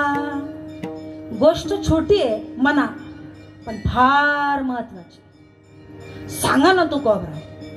हे सगळं परमार्थ करत असताना भक्ती करत असताना एक तत्व लक्षात ठेव. मानी धन कांता विषतुल्य. हा विषतुल्य शब्द फार महत्वाचा आहे. विषतुल्य म्हणजे विषा समान. कुणाला मान? धनाला आणि स्त्रीला. म्हणजे हे विषतुल्य हे क्रियापद आहे. हे धनाला पण लावायचं आणि कांतेला पण लावायचं. मानी धन विषतुल्य मानी कांता विषतुल्य. म्हणजे विष जेवढा घातक आहे तेवढंच धन आणि स्त्री सुद्धा घातक. म्हणून म्हणे कशावरून तुकाराम महाराज म्हणे पुराव्याशिवाय आम्ही बोलत नाही. दुसऱ्याचं धन बळकावणं हिसकावणं म्हणजे मृत्यूला आमंत्रण आहे. विषा समान आहे. त्याग करतात सोडून दे. म्हणे काय पुरावा आहे? अरे बाबा महाभारतात काय पुरावा आलेला. बघूया महाभारत. श्रीमद भागवत कथा आपण ऐकतायत ना. त्याच्यात प्रसंग आलेले तुम्ही ऐकला असेल तर तुमच्या लक्षात असेल. लक्षपूर्वक ऐका. तुम्ही पण उत्तर देऊ लागला मग लागा म्हणजे पटापट पुढे जाता येईल आपल्याला. शंतनू नावाचा राजा आहे. त्यांच्या पत्नीचं नाव गंगा आहे. 8 मुलं झाले. त्यातले 7 मुलं झाले तर तिनं गंगेत सोडून द्यायचे. 8व्या मुलाच्या वेळेस शंतनू राजांना विचारलं मुलाला का गंगेत सोडते. तिनं त्या मुलाला तसंच ठेवलं आणि गंगा गुप्त झाली. त्या मुलाचं नाव ठेवलं देवव्रत. शंतनू राजा एक दिवस गंगेवर भटकंती करत असताना सत्यवती नावाची कोळ्याची मुलगी राजानं पाहिली. तिला सत्यवती म्हणतात, मत्स्यगंधा म्हणतात, योजनगंधा म्हणतात. ती सत्यवती त्या शंतनूने पाहिली आणि तिच्याबरोबर विवाह करण्याचा त्याच्या मनात विचार आला. पण तिच्या बापानं परवानगी नाकारली. देवव्रतानं जाऊन ते लग्न जमवलं तर सत्यवतीचा बाप म्हटला तू मोठा मुलगा आहे पहिल्या पत्नीचा. माझ्या मुलीशी लग्न झालं आणि तिला जर मुलं झालं तर ते काय हस्तिनापूरचे दास होतील का.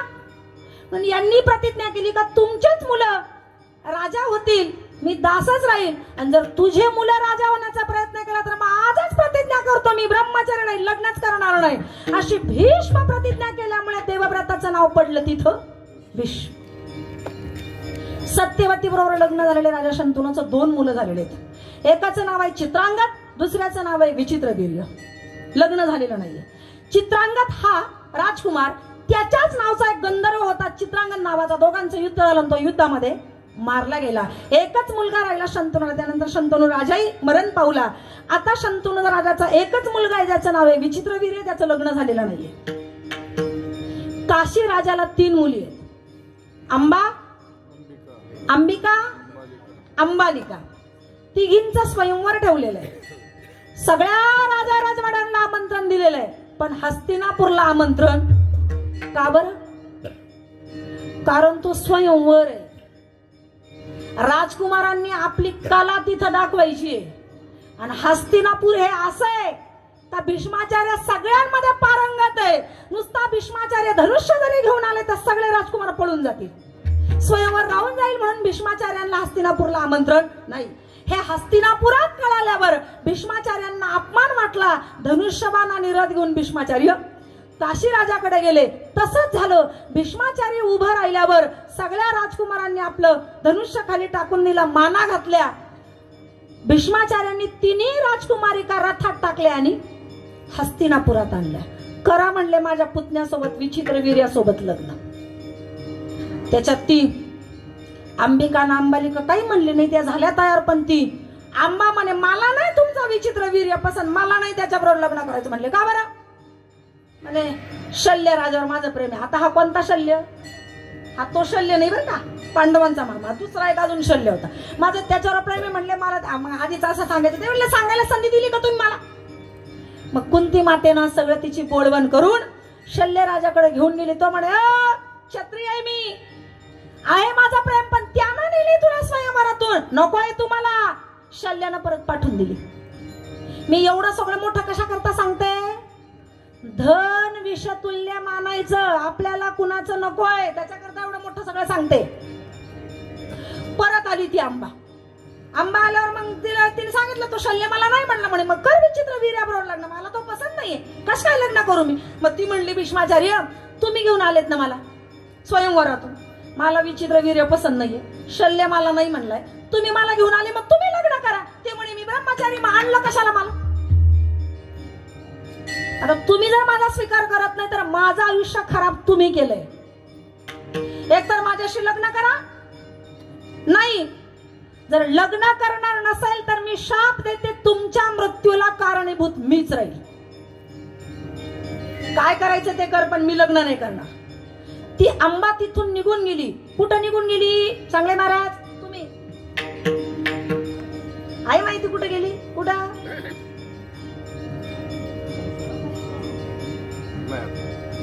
नर्मदा मैयाच्या काठावर एक अंबालिका म्हणून गाव आहे.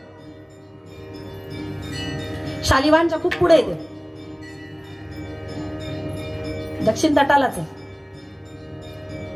तिथं ती राग निघून गेली. मंदिर आहे तिचं, तिच्या नावावरूनच अंबालिका या त्या गावाचं नाव आहे. अगदी मैयाच्या किनाऱ्यावरच ते गाव आहे. खूप म्हणजे शास्त्रामध्ये जेवढे काही प्रसंग घडलेत ना, त्यातल्या बऱ्याच घटना नर्मदा मैयाच्या काठावर घडलेल्या आहेत. खूप बघता आलं, खूप बघता आलं. म्हणजे मला ती परिक्रमा करून असं वाटतं ना, जन्मा आलो त्याचे आजी फळ झाले साचे, तुम्ही सांभाळिले संती, भय निरसवी खंती, कृत्य कृत्य झालो इच्छा केली ते. शेवटचे चरण नाही जुळत माझ्याशी. तू का म्हणे काळ आता न करू शके बळ, इथं नाही जुळत माझं जीवन. मी संत नाही, मानव आहे. पण कृत्य जीवन झालं, सगळं बघायला मिळालं, सगळ्या घटना. तर तिथं जाऊन तिनं तपश्चर्या केली. भगवान शिवाला, तिच्या हातचं शिवलिंग आहे तिथं, भगवान शिवाला प्रसन्न करून घेतलं. भगवान शिवजी म्हणले काय पाहिजे? भोळं दैवत आहे. ती म्हणली मला भीष्माचार्याला मारायचंय. बाई ते इच्छा मरणी, नाही मरणार ते. मग मला तर त्यांना मारायचंय, माझं सगळी कथा तिने सांगितली. जर भीष्माचार्यांना मारायचं असेल तर हा देह तुला नष्ट करावा लागेल, संपवावा लागेल, तयारी माझी. तिनं तिथंच अग्नी प्रज्वलित करून आपल्या साधनेनं देह नष्ट केला. तीच आंबा पुढे द्रुपद राजाच्या यज्ञातून शिखंडी म्हणून जन्माला आली आणि भीष्माचार्यांचा वध केला. महाराज द्रुपद राजा, आता तुम्ही भागवतात ऐकतात, द्रुपद राजा पण इतका पुण्यभावन आहे. याच्या यज्ञातून 3 जण निघाले, 3घांच्या नाशा करता निघालेले. शिखंडी, दुष्टदुम्न आणि द्रौपदी. ही शिखंडी निघाली भीष्माचार्यांकरता, दृष्टदुम्न निघाला द्रोणाचार्यांकरता आणि द्रौपदी निघाली कौरवांकरता. विठ्ठल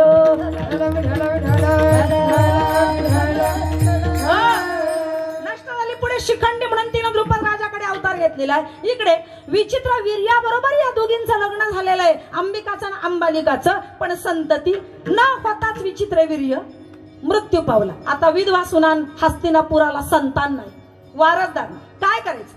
या सत्तावतीचा पराशर ऋषींपासून झालेला पूर्वीचा मुलगा होता श्री व्यास महर्षी. त्यांचं स्मरण केलं आणि वाऱ्याच्या वेगाने व्यास महर्षी आले. सत्यवतीनं आपली कथा व्यथा त्यांना सांगितली. काही काळजी करू नको. मग अंबाने अंबालिकेला पाठवलं तर ती अंबिका तिनं डोळे झाकले, घाबरली आणि व्यासांचा तेज तिला सहन झाला नाही. तिला मुलगा झाला. तो कसा झाला? अंध झाला. त्याचं नाव काय ठेवलं? दुसरी गेली अंबालिका, ती अशी थरथर थरथर कापत होती, तिच्यापासून मुलगा झाला, त्याचं नाव ठेवलं. एक आंधळा, एक असा थोडासा रोगिष्ट. राजा कसा होणार? दाशी पाठवली, तीही तेवढीच तपश्चर्यावान होती, तिला मुलगा झाला, त्यांचं नाव ठेवलं विदुर. पण पूर्वी राजाचा मुलगा राजा, प्रधानाचा प्रधान, दासाचा दास असतं. विदुर दाशी पुत्रच राहिले. आता राजा करायचं कुणाला? राजा आंधळा नसावा म्हणून धृतराष्ट्राला नाही राजा केलं, मग कुणाला केलं? पंडू राजाला राजा केलं. त्यांचे 2 लग्न, कुंती आणि माद्री. तर ते लग्न झाल्यावर ते म्हणे मला यज्ञ करायचा राहिला, आणि ते लग्न झालं, मग मी आता पत्नी घेऊन यज्ञ करायला जातो. तर बाकीचे म्हणे राजगादी सुनी सोडून परचक्र येईल मग आपल्यावर. मग असं करतो म्हणले, मी यज्ञ करायला जातो, पण तात्पुरती माझी गादी दादाला सांभाळायला लावतो. म्हणजे कुणाला? आंधळ्याला. मला लय राग येतो त्याचा. माहिती काय खरे का नाही नंदिनी? एवढं कुठे माणसाने आंधळा असावं का बरं? वरून तर आंधळा आंधळा, आतून पण आंधळा. महाराज काय महाभारतातले वाक्य ते ऐकले ना, अंगाला शहारे उभे राहतात. जेव्हा आईसाहेबांचं वस्त्रहरण चाललेलं होतं ना, सगळ्यांनी खाली माना घातल्या. दाशीपुत्र विदुर काका उभे राहिले, आंधळ्याला म्हणतात धृतराष्ट्र, अरे धृतराष्ट्रा, आंधळा आता आंधळा तुला दिसत नाही? जिचं वस्त्रहरण चाललंय ती तुझी माझी पुत्रवधू आहे, सून आहे आपली. आवर तुझ्या दुर्योधनाला, नाही तर सगळ्याला नरकाला नेईल तो. काय वाक्य दुर्योधनाची माहिती का? महाभारत वाचा. काय म्हटला तो माहितीये? उठून उभा राहिला, म्हणला ए भिक्कारड्या. हे शब्द जरी ऐकले तरी अंगाला काटा उभा राहतो. कुणाला म्हणतोय तो भिक्कारड्या? विदुरांना. आणि माझा परमात्मा त्यांना तोंड भरून काका म्हणतो. किती मोठा फरक आहे. चल आमचाच खातो, आमच्याच बापावर उलटतो, हे नसल पावत चल चालता हो इथून. त्याच क्षणाला काकांनी हस्तिनापूर सोडलं. हे कशासाठी सांगते मी? आंधळा, इतकं आंधळा, वरून आंधळा, तुम्हाला जाऊ तो तर आंधळाच आंधळा. बाईनं तर चांगलं नाव का नाही? बाप आंधळा, आईनं पट्टी बांधून घेतली, झालं ना पोरांचं वाटुळ. एक तरी चांगलं पाहिजे ना. बापाला नाही दिसत तर आईने कशाला पतिव्रतेचा आव्हानला डोळ्यावर पट्टी बांधून घेतली, झालं पोरांचं वाटुळ. वाया गेले पोरं, लक्षच नाही ना आई बापाचं. पण तिने तरी पट्टी बांधली होती. आपण पट्ट्या नाही तरी अज्ञानाच्या मोहाच्या एवढ्या पट्ट्या आहे की आपल्या पट्ट्यांमुळे आपले मुलं कुठं जात असतील याच्याकडे जरा लक्ष द्या. विठ्ठल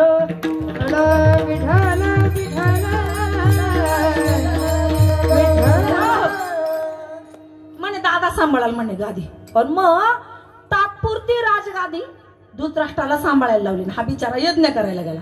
तिकडे गेल्यानंतर यज्ञ सुरू झाले. एक ऋषी होते, पती पत्नी हरणाच्या रूपात आले, एकांतात आले. पंडूराजा शिकारीला गेला, बाण मारला, हरणाच्या छातीमध्ये घुसला. लगेच साधूच्या रूपात आले. ते म्हणे आम्ही पती पत्नी एकांतात असताना तू आम्हाला अलग केलं, मी शाप देतो, तू पण पत्नीच्या सोबत गेला की तुला स्पर्श करताच मृत्यू येईल. शाप मिळाला. पंडूराजाला दुःखी झाला. आता काय करायचं? संतती होणार नाही. कुंती म्हणे काय काळजी करू नका, माझ्याकडे 5 मंत्र होतील आपल्याला मुलं. युधिष्ठिर, भीम, अर्जुन मंत्रांनी झाले. आता पंडूराजा म्हणे थांब, तुला मुलं हिचं काय, काही काळजी करू नका म्हणे. अश्विनी आणि कुमार 2 वेगवेगळ्या देवता आहेत बरं का. या अश्विनी कुमार एक नाहीये. अश्विनी आणि कुमार यांचं पण आहे तिकडे मैयाच्या काठावर. महाराज श्रीमद भागवत महाराजांचं श्रीमद भागवत कथेमध्ये च्यवन ऋषींचा आश्रम जसा आहे का, च्यवन ऋषींचं जसंच्या तसं वर्णन आहे ना, तसाची तसा आश्रम मैयाच्या काठावर आहे. तसाची तसाच. अश्विनी कुमारांनी गंगेचं केलेलं कुंड, त्याच्यामध्ये च्यवन ऋषींना प्राप्त झालेलं तारुण्य, जसंच्या तसं परिक्रमेच्या रस्त्यावर राहत आहे. तसंच तसं बघितलं, इतकं सुंदर आहे. तर अश्विनी आणि कुमार दोघांचे 2 मंत्र माद्रीच्या कानात सांगितले. नकुल आणि सहदेव झाले. एक दिवस माद्री सुंदर दिसत होती. पंडूराजा स्पर्श करायला गेले तर माद्रीला आपलं पंडूराजाला मृत्यू आला. माद्री पती सोबत सती गेली आणि कुंती 5 मुलांना घेऊन हस्तिनापुरात आली. आता मला मुद्द्यावर यायचं. हस्तिनापूरचा मुख्य राजा कोण? पंडूराजा. आता ते मृत्यू पावले. मग बाप गेल्यावर वारसा हक्काने बापाची गादी कुणाला मिळाली पाहिजे? का भावाला मुलगा आला होता ना मोठा, त्याला त्याचा ठीक आहे अजून लहान होता तोपर्यंत तो राजकुमार राहिला असता, पण राजा तर तोच व्हायला पाहिजे. या आंधळ्याने अशी व्यवस्था केली ना तर त्या पोरांना सुईच्या टोकावर मावल एवढी माती सुद्धा मिळून द्यायची नाही, ही व्यवस्था करून त्यांना वनवासाला पाठवलं आणि त्या राजगादीवर स्वतःचा हक्क त्यानं ठेवला. मना सावधान, मानी धन विषतुल्य, त्याच्या वाट्याचा नसताना त्यानं त्या धनावर, त्या राजसत्तेवर, त्या गादीवर अधिकार गाजवला. परिणाम पाणी पाजायला शिल्लक नाही राहिला. सावधान म्हणा, दुसऱ्याच्या धनाला विषासमान मानून त्याग कर. मानी धन विषतुल्य. अजून गोष्ट, मानी कांता विषतुल्य, स्त्री सुद्धा विषाप्रमाणे. का बरं? पुरावा आलेला आहे म्हणले त्याला. काय पुरावा आहे महाराज? काय रावणाचं ऐश्वर्य, काय ऐश्वर्य रावणाचं. 80,000 बायका, पोरं असे होते ना, नरांतक यमंतक ते मेघनाथ, त्यांचे नाव घेतले तरी स्वर्गातले देव थरथर कापत होते. असे पोर होते रावणाचे. एवढं ऐश्वर्य, त्याची संपत्ती आपल्याला सगळ्यांनाच माहिती आहे. पण बघा ना, माझा परमात्मा विश्वाचा मालक असून राजा राम रथात फिरत होते आणि हा स्वर्गातलं पुष्पक विमान वापरत होता. केवढा रुबाब रावणाचा, केवढा पुष्पक विमान जे स्वर्गात आहे. त्या विमानाचं एक वैशिष्ट्य आहे, त्याला डिझेल लागत नाही, पेट्रोल नाही, सीएनजी नाही, गॅस नाही. बरं ते रस्त्याने चालत नाही, असं वरून चालतं, त्याच्यामुळे टोल नाका नाही, ऑनलाईनही फाटत नाही, काहीच नाही, काहीच नाही, काहीच नाही. पण त्याला ड्रायव्हर पण लागत नाही.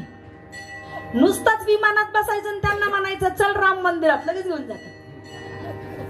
एकट्याला जायचं असलं का लहान होतं, 550-500 लोकांना 2000 लोकांना घेऊन जायचं म्हणलं तरी ते मोठं होतं. पुष्पक नावाचं विमान आहे, अजून पण ते स्वर्गात आहे. तुम्हाला माझं खरं नाही पटत आहे का बाई? तुमचा माझ्यावर विश्वास नसेल तर तुम्ही स्वतः जा, पाहून घ्या कसं जायचं. पत्ता तुमचा तुम्हीच पहा मॅपवर, मला नाही माहित कसं जायचं. आणि तिथलं विमान पण परत सांगायला याला ना मला आहे का नाही. ते पुष्पक विमान आपलं रावण वापरत होता, रावण पुष्पक विमान, आणि हा माझा परमात्मा रथात फिरत होता. एवढा ऐश्वर्य ज्या रावणाचं, 80,000 पत्नी, पण 80,000मध्ये त्याला जे दिसलं नाही ते एका शितेत दिसलं. परिणाम लंकेसह त्याला नष्ट व्हावं लागलं. हे केवळ कशामुळे म्हणा? मानी कांता विषतुल्य. म्हणून सांगणे ते तुझं इतुलीची आता, मानी धन कांता विषतुल्य. 2 तत्व जर तू तुझ्या जीवनामध्ये सांभाळले, धन आणि स्त्री, ह्या 2 गोष्टी जीवनामध्ये जर सांभाळल्या ना म्हणा, तुझे माझ्यावर उपकार होतील अभंगाच्या शेवटी. तुका म्हणे तुझे होते उपकार, तुका म्हणे तुझे होते उपकार, म्हणे तुझे होते उपकार, तुका म्हणे तुझे होते उपकार. तरी अपार भाव सिंधू, उतरी अपार भाव सिंधू, सर्व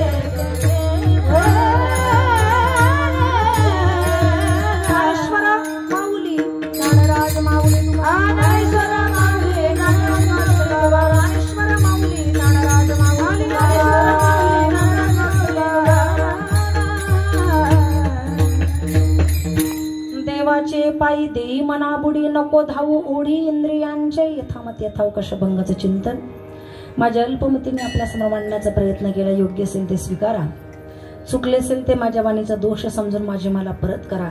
आज या ठिकाणी आपल्या महाराष्ट्राचं नवे नवे संपूर्ण जनतेचं आराध्य दैवत श्री भगवान पंढरीश परमात्म्याचंच त्रेतायुगातलं असणारं स्वरूप भगवान प्रभू रामचंद्र अर्थात नाशिककरांचं एक फार मोठं वैभव श्री काळाराम मंदिर या पवित्र अशा भूमीमध्ये जिथे भगवंताचे पदस्पर्श झालेले आहेत. कितीतरी काळ भगवंताने या पंचवटीत घालवलेला आहे. खूप काही घटना या पंचवटीमध्ये घडलेल्या आहे. असं पवित्र असणारं हे तीर्थक्षेत्र आणि या क्षेत्रामध्ये वार्षिक सालाबादप्रमाणे चालू असणारा 14व्या वर्षापासून हा सुरू असणारा अविरत यज्ञ सीतामाई महिला वारकरी ट्रस्ट पंचवटी आणि जय अंबे चॅरिटेबल सेवा ट्रस्ट पंचवटी यांच्या माध्यमातून आदरणीय श्री हरिभक्तपरायण सांगळे महाराज यांच्या मार्गदर्शनाने आणि आदरणीय हरिभक्तपरायण महंत राधाताईजी सानप यांच्या संयोजनाने चालू असणारा हा नामयज्ञ, संपूर्ण नाशिककरांच्या फार मोठ्या सहकार्याने चालू असणारा हा महिला नामयज्ञ आणि यज्ञातील आजच्या 6व्या दिवसाची सेवा जी वार्षिक सालाबादप्रमाणे माझ्याकडे असते, याही वर्षी ती तुमच्या सगळ्यांच्या आदेशानं माझ्याकडे आली. निमित्तानं तुम्हा सर्व संत मायबापांचं माझ्यासारख्या पामराला दर्शनाचा योग मिळतोय. धन्यवाद. कार्यक्रमाच्या निमित्तानं उपस्थित या ठिकाणी आदरणीय गायन सम्राट सांगळे महाराज उपस्थित आहेत, त्यांचे आभार. आदरणीय परमार्थप्रेमी आपल्या नाशिकचं वैभव सांगळे महाराज तेही उपस्थित आहेत, त्यांचे आभार. आणि विशेष रूपानं नेहमी प्रसंग येतो, सप्ताहामध्ये कथा असते आणि कीर्तन पण सायंकाळचे असतात, रात्रीचे असतात. तर शक्यतो कीर्तनाला कथाकार थांबत नाही. पण आज आमचं भाग्य म्हणावं लागेल. आदरणीय परमार्थप्रेमी गुरुतुल्य विठ्ठल बाबा त्यांची श्रीमद भागवत कथा त्यांच्या मुखारविंदातून आपण सगळे श्रवण करत आहात. विठ्ठल बाबा उपस्थित आहेत. बाबांच्या ठिकाणी आभार. हा त्यांच्या मनाचा मोठेपणा समजावा का त्यांची उपस्थिती आहे. आणि कार्यक्रमाचं संयोजन त्यांच्या माध्यमातून आहे. गेल्या 14 वर्षापासून आपल्या जीवनातला परमार्थातला व्यापातला खूप मोठा वेळ ते आपल्याला देतात. हे नाशिककरांचं सौभाग्य आहे. अशा असणारे आमच्या सखी हरिभक्तपरायण महंत राधाताई, ज्यांच्याविषयी बोलायचं ठरलं तर नुकतीच मला माहिती मिळाली, सोनी चॅनलवर जे छोट्या छोट्या मुलांचे कीर्तन आयोजित करण्यात येत आहेत, मग त्याच्यामध्ये महाराष्ट्राचा लाडका कीर्तनकार कोण, काही वयोगट असेल, त्या कीर्तनाची जी शूटिंग चाललेली त्या बाल कीर्तनकारांमधून कोण एक निवडावा, असे खूप मोठं जबाबदारीचं काम कुणाहीकडे मिळत नाही. जबाबदारी व्यक्तीकडे मिळतं, वजनदार व्यक्तिमत्वाकडे ते जातं आणि त्या वजनदार आहेत. आणि परीक्षकाचं काम ताई साहेबांकडे आलेलं आहे. आता त्या छोट्या छोट्या बाल कीर्तनकारांमधून महाराष्ट्रातला लाडका छोटा बाल कीर्तनकार कोण ही निवडण्याची जबाबदारी ताईंकडे दिलेली आहे. आणि त्यांची नजर ही परीक्षकाचीच आहे. त्यामुळे त्या निश्चित ती जबाबदारी पार पाडून आपल्या महिलांचं नाव मोठं करतीलच. यात नवल आहेच, आपल्याला विशेष आहे. म्हणून ताई स्वतः एवढा व्याप असून त्या म्हटल्या 2 तारखेला मी इथे येऊन गेले. हा सगळा व्याप बघून पुन्हा त्या शूटिंग करता ताईंना मागे जावं लागलं. म्हणजे ही केवढी पळापळ, केवढी धावपळ. अर्थात ही रामरायाविषयी असणारी अंतकरणातली आर्तता आणि या यज्ञाविषयी असणारं त्यांचं प्रेम, ही जबाबदारी ताईंना पुन्हा आपल्याकडे इकडे ओढून आणते.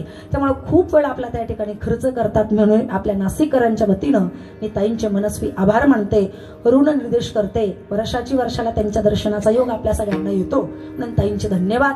कार्यक्रमाच्या निमित्तानं उपस्थित गुणीजन, गायिका असणारे आदरणीय हरिभक्तपरायण आमच्या जुन्या मैत्रिणी, की खूप काही काळ आम्ही एकत्र महिला सप्ताह केले. हरिभक्तपरायण संगीताताई पांचाळ, गान सम्राज्ञी आमच्या नंदिनीताई सांगळे, नवीन व्यक्तिमत्व माझा परिचय नाही, आदरणीय हरिभक्तपरायण सीताताई आळंदीकर, त्यांचे पण आभार.